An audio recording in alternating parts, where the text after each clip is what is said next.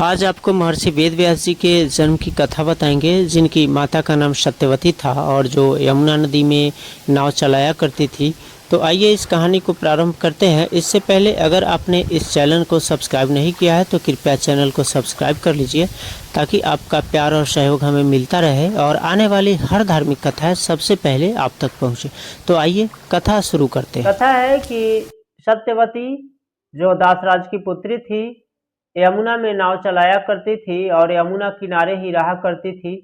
यमुना पार होने वाले लोगों को वह नाव से बैठाकर इस पार से उस पार कराया करती थी। एक दिन महर्षि पराशर सत्यवती के नाव में सवार हुए। सत्यवती नाव लेकर पानी में कुछ दूर आगे बढ़ी, यमुना नदी में आगे बढ़ी कि महर्षि पराशर सत्यवती के रूप और यौवन पर मुग्ध हो गए और उन्होंने कहा कि मैं तुम्हारे साथ रमन करना चाहता हूँ, मेरी इच्छा तुम्हारे साथ रमन करने की है। सत्यवती ने कहा कि महर्षि, आप परम ज्ञानी हैं, ब्रह्म ज्ञानी है, मैं आपके साथ कैसे रमन कर सकती हूँ? मैं कुंवारी कन्या हूँ, मेरे पिता क्या कहेंगे?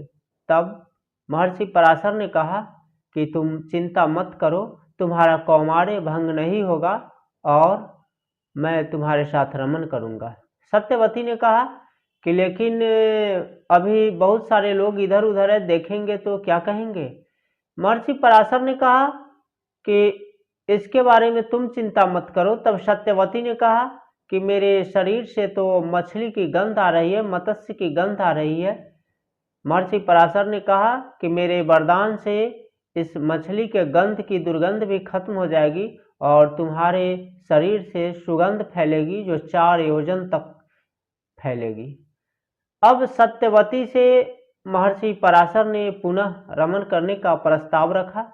सत्यवती ने कहा कि अगर मैं गर्भवती हो गई तो फिर बहुत सारी समस्याएं आएगी, लोग जानेंगे तो क्या कहेंगे?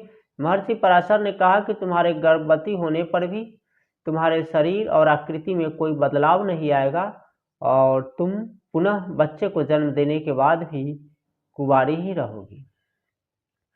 अब महर्षि पराशर के प्रस्ताव को सत्यवती ने मान लिया। महर्षि पराशर ने अपने योग बल से चारों तरफ घने कोहरे लगा दिए, लोग दिखाई नहीं देने लगे और तब महर्षि पराशर ने सत्यवती के साथ रमन किया, समागम किया और महर्षि पराशर ने सत्यवती को वरदान दिया कि अब तुम्हारे शरीर से जो मत्स्य की गंध आ रही है वह सुगंध में बदल जाएगी। समय आने पर सत्यवती ने एक पुत्र को जन्म दिया। पुत्र जन्म लेते ही बड़ा हो गया और वह बड़ा होकर जंगल में तपस्या करने को चला गया। जाते वक्त उन्होंने अपने माता सत्यवती से कहा कि माता, मैं तपस्या करने के लिए वन में जा रहा हूँ।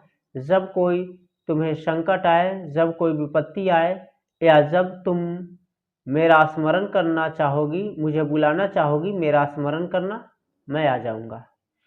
ऐसा कहकर सत्यवती से उत्पन्न पुत्र वन में चला गया तपस्या करने को। वही पुत्र बाद में महर्षि वेदव्यास के नाम से प्रसिद्ध हुए।